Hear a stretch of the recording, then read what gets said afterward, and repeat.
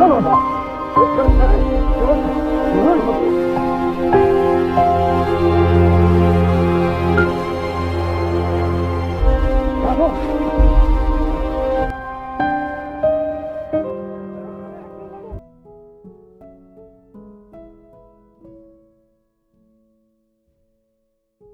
adalah Brown, seorang arkeolog atau peneliti benda kuno bersejarah. Hari itu Brown sedang dalam perjalanan naik perahu menuju suatu pulau kecil di Inggris. Sesampainya di sana, Brown naik sepeda mengunjungi rumah salah satu orang terpandang bernama Nyonya Pretty. Brown lalu bernegosiasi tentang urusan pekerjaan. Nyonya Pretty sendiri ternyata adalah seorang janda kaya satu anak. Kemudian Nyonya Pretty memanggil Brown untuk menggali bukit-bukit misterius di tanahnya yang dia yakini di dalamnya terdapat benda bersejarah. Ketika melihat kondisi tanahnya dan setelah dianalisa, Brown juga yakin di tempat itu terkubur suatu peninggalan bersejarah. Saat kembali berdiskusi di rumah, Brown pun meminta Nyonya Pretty mempekerjakan 2 orang membantunya menggali tanah. Di tengah obrolan, anak Nyonya Pretty bernama Robert pun datang. Robert yang juga menyukai dunia arkeolog pun langsung akrab dengan Brown. Keesokan harinya, penggalian dimulai. Hari demi hari, Brown bersama 2 penggali menggali bukit. Hingga akhirnya Brown menemukan sepotong kayu lapuk misterius. Tak lama kemudian, 2 petugas utusan dari museum kota pun datang. Mereka berdua kaget melihat benda bersejarah temuan Brown tersebut. Tapi waktu salah satu petugas membantu mengangkat, potongan kayunya tiba-tiba hancur.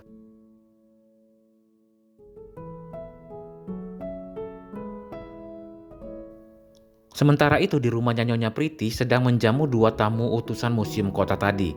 Saat Brown datang, dia memberitahu Nyonya Pretty bahwa berdasarkan tingkat kelapukan kayu tadi, Brown yakin benda temuannya dari peradaban Anglo-Saxon. Mendengar ucapan Brown tadi, kedua petugas museum tertawa sambil bilang kalau hal itu mustahil.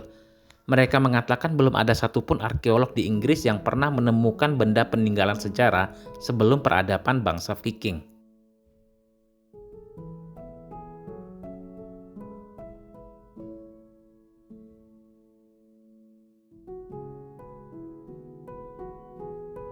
Daripada menggali tanah di sini tanpa kepastian, mereka menawarkan lebih baik Brown membantu penggalian di tempat lain yang jauh lebih penting. Tapi karena tidak ingin mengecewakan Nyonya Pretty, Brown pun menolak tawaran tersebut. Besoknya, Nyonya Pretty terlihat menahan sakit di dadanya. Tak lama kemudian dokter pun datang memeriksa. Selesai diperiksa, dokter memberi daftar obat untuk Nyonya Pretty.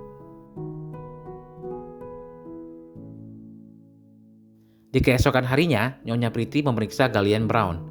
Karena kondisi tanah galian yang tidak stabil, Brown pun melarang Nyonya Pretty terlalu dekat dengan galian. Namun ketika Brown sedang menjelaskan hasil analisa terbarunya, tiba-tiba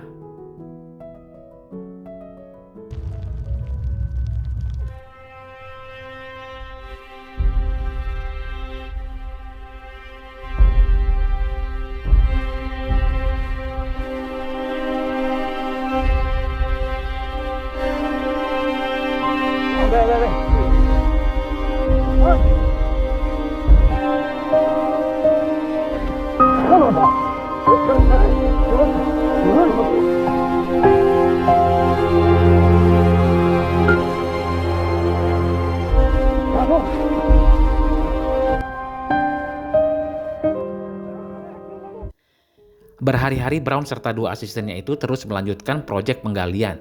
Suatu hari, waktu sedang menggali tanah, Robert anak Nyonya Pretty datang. Di tengah obrolan mendadak ada pesawat tempur Inggris lewat.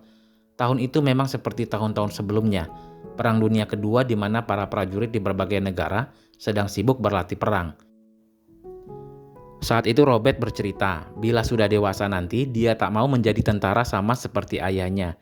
Tapi dia ingin sekali menjadi astronot agar bisa mengelilingi bintang-bintang. Brown lalu memberitahu kalau dia sering melihat bintang lewat teleskop. Jika Robert mau, maka dia akan membawa teleskopnya ke sini. Mendengar itu, Robert sangat senang dan meminta Brown menepati janjinya.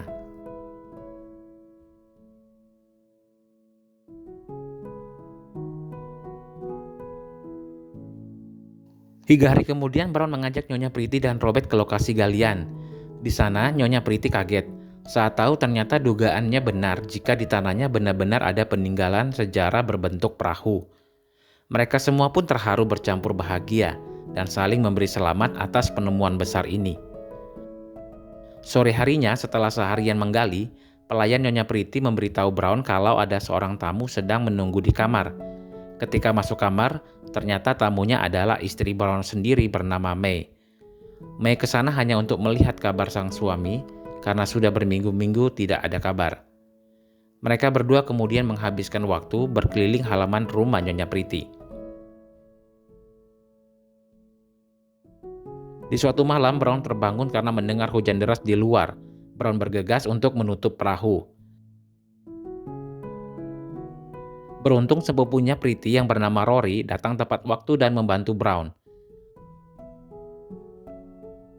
Selesai menutup perahu, sambil berteduh, Rory memperkenalkan diri dan menjelaskan kalau tujuannya ke sini karena diminta Nyonya Priti membantu proyek penggalian untuk mengambil foto-foto dokumentasi. Di keesokan paginya terlihat Nyonya Priti sedang pergi ke rumah sakit kota London. Setelah menjalani pemeriksaan, dokter menjelaskan bahwa penyakit jantung Nyonya Priti semakin memburuk. Ternyata selama ini Nyonya Priti menderita penyakit jantung kronis. Dokter bahkan memvonis umurnya tak akan lama lagi. Siangnya di tempat penggalian, petugas Museum Nasional datang melihat perahu temuan Brown dan semua orang pun kagum. Seorang arkeolog perwakilan Museum Nasional bernama Philip mengatakan kalau tugas Brown sudah selesai. Atas nama negara, mulai sekarang dia akan mengambil alih proyek penggalian ini. Mendengar hal itu, Brown pun bergegas menemui Nyonya Priti di rumahnya. Saat bertemu, Brown bertanya maksud omongan petugas dari Museum Nasional tadi. Namun akibat kondisi yang masih lemah, Nyonya Priti pun menyuruh pelayannya membawa Brown keluar.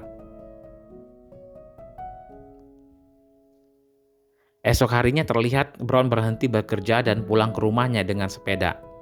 Di jalan pulang, dia bertemu Robert, anak Nyonya Priti yang bertanya mau kemana. Dengan sedih, Brown menjawab, dia mau pulang dan tak akan kembali lagi bekerja. Robert pun lalu buru-buru mengambil sepeda kemudian mengejarnya. Setibanya di rumah Brown pun menceritakan alasannya berhenti bekerja pada sang istri, si May. Ia merasa jika dilanjutkan bekerja pun, namanya pasti tidak akan ditulis sebagai penemu perahu tersebut. May lalu mengatakan hal yang dulu selalu Brown katakan bahwa seorang arkeolog tak mengabdi agar namanya dikenal banyak orang, tapi agar orang-orang di masa depan nanti bisa mengenal dan mempelajari bagaimana kehidupan nenek moyang mereka.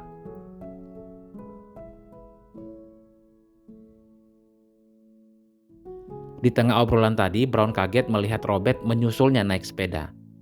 Robert di situ menagih janji Brown untuk bisa melihat bintang-bintang lewat teleskopnya.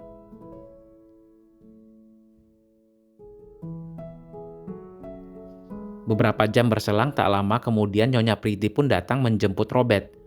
Tak hanya itu, Nyonya Priti juga meminta Brown kembali bekerja. Esok paginya, Brown kembali bekerja. Di sana juga ia sudah melihat ada 2 orang arkeolog lainnya untuk membantu penggalian. Tak seperti sebelumnya, kali ini Nyonya Priti lebih aktif dengan mengawasi sepanjang jalan penggalian. Malam harinya, Brown menepati janjinya kepada Robert menunjukkan bintang-bintang lewat teleskop ditemani ibunya.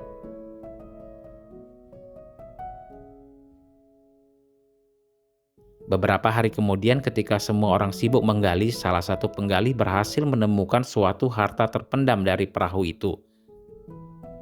Nah, setelah diamati, analisa Brown tepat. Perahu tersebut berasal dari zaman Anglo-Saxon. Philip begitu terkejut karena dia baru tahu ternyata di zaman kegelapan sudah ada kebudayaan. Bahkan sudah ada uang untuk jual beli pada saat itu. Setelah seharian lamanya mengumpulkan harta-harta sejarah, Philip menyuruh para penggali memasukkannya ke dalam mobil untuk dibawa ke museum. Namun Nyonya Priti menolak karena seluruh benda tersebut ditemukan di tanahnya. Jadi sebelum ada keputusan resmi dari pengadilan, menurutnya Philip hanya sebatas kepala proyek dan Brown masih dianggap sebagai penemu perahu. Nyonya Priti lah yang berhak memutuskan di mana nantinya benda-benda bersejarah itu akan disimpan. Nyonya Priti kemudian menyuruh Brown membawa semua harta temuan ke dalam rumahnya. Di keesokan pagi harinya, Rory pamit kepada Nyonya Priti.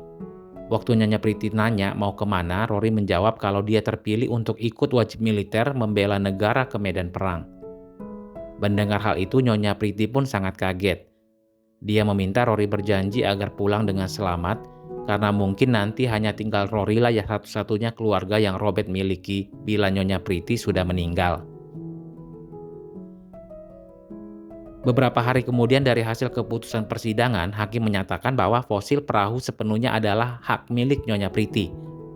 Di mobil bukannya gembira, Nyonya Priti malah menangis. Ia nangis karena usianya sudah tinggal sebentar lagi menurutnya. Sesampainya di rumah, Nyonya Priti mengundang semua orang dari berbagai kalangan, terutama keluarga para penggali.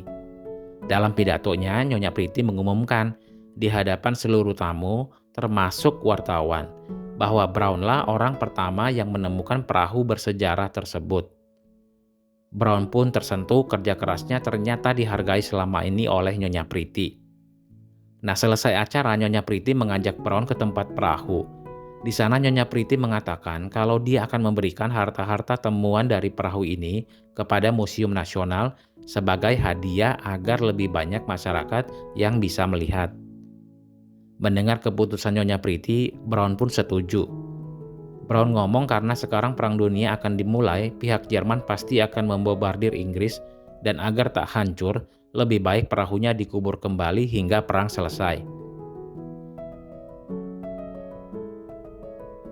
Malam harinya sebelum dikubur, Robert mengajak sang ibu ke perahu untuk berimajinasi bersama. Robert menjadi nakoda kapal yang akan mengantarkan ratu berlayar menuju bintang-bintang. Meski tahu usia ibunya tak lama lagi, dia berusaha untuk tidak menangis. Ternyata dari belakang Brown menemani mereka berdua.